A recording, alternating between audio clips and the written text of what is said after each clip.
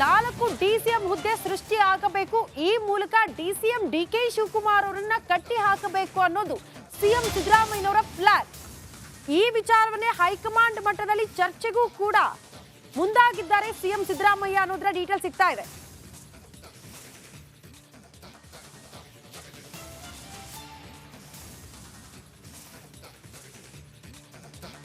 ಈಗ ಮತ್ತೊಂದು ಅಪ್ಡೇಟ್ ಲಭ್ಯವಾಗ್ತಾ ಇದೆ. ಹಿರಿಯರು ಕಿರಿಯರು ಆಶೀರ್ವಾದ ಮಾಡಬೇಕು ಅನ್ನುವಂತಹ ವಿಚಾರವನ್ನ ಶಾಪ ಕೊಡಬಾರದು ಅಂತ ಸಿದ್ದರಾಮಯ್ಯ ಆಕ್ರೋಶವನ್ನ ವ್ಯಕ್ತಪಡಿಸಿದ್ದಾರೆ. ದಶಕಗಳ ಕಾಲ ಜಾತ್ಯತೀತೆಯ ಕಿರೀಟ ಧರಿಸಿಕೊಂಡು ಇಳಿಕಾಲದಲ್ಲಿ ಕೋಮುವಾದಿ ಕಿರೀಟ ಧರಿಸಿಕೊಳ್ಳಬೇಕಾಗಿದೆ ಅನ್ನುವಂತಹ ವಿಚಾರವನ್ನ ಸಿಎಂ ಸಿದ್ದರಾಮಯ್ಯನವರು ಪ್ರಸ್ತಾಪ ಮಾಡಿದ್ದಾರೆ.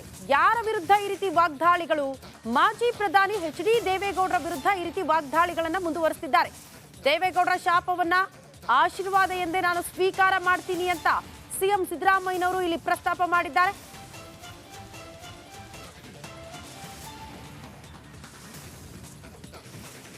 ಮಾಜಿ ಪ್ರಧಾನಿ ಎಚ್.ಡಿ. ದೇವೇಗೌಡರು ಕೂಡ ಯಾವ ರೀತಿ ವಾಗ್ದಾಳಿ ನಡೆಸಿದ್ರು ಕಾಂಗ್ರೆಸ್ ನಾಯಕರ ವಿರುದ್ಧ ಅನ್ನೋದನ್ನ ಗಮನಿಸಿದ್ವಿ.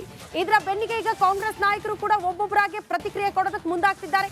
ಸಿಎಂ ಸಿದ್ದರಾಮಯ್ಯನವರು ಮಾಜಿ ಪ್ರಧಾನಿ ದೇವೇಗೌಡರ ಸ್ಟೇಟ್ಮೆಂಟ್ಗೆ ಸಂಬಂಧಪಟ್ಟಂತೆ ಅವರು ಏನೇ ಹೇಳಿದ್ರು ಕೂಡ ಎಲ್ಲಾ ಮಾತುಗಳು ನನಗೆ ಆಶೀರ್ವಾದ ಇದ್ದಂತೆ, ಹಿರಿಯರು ಆಶೀರ್ವಾದ ಮಾಡಬೇಕು, ಆ ನಿಟ್ಟಿನಲ್ಲಿ ಅವರು ಆ ಮಾತುಗಳನ್ನ ಆಡಿದ್ದಾರೆ ಅಂತ ನಾನು ಭಾವಿಸ್ತೀನಿ ಅನ್ನುವಂತಹ ವಿಚಾರವನ್ನ ಸಿಎಂ ಸಿದ್ದರಾಮಯ್ಯನವರು ಇಲ್ಲಿ ಪ್ರಸ್ತಾಪ ಮಾಡ್ತಿದ್ದಾರೆ.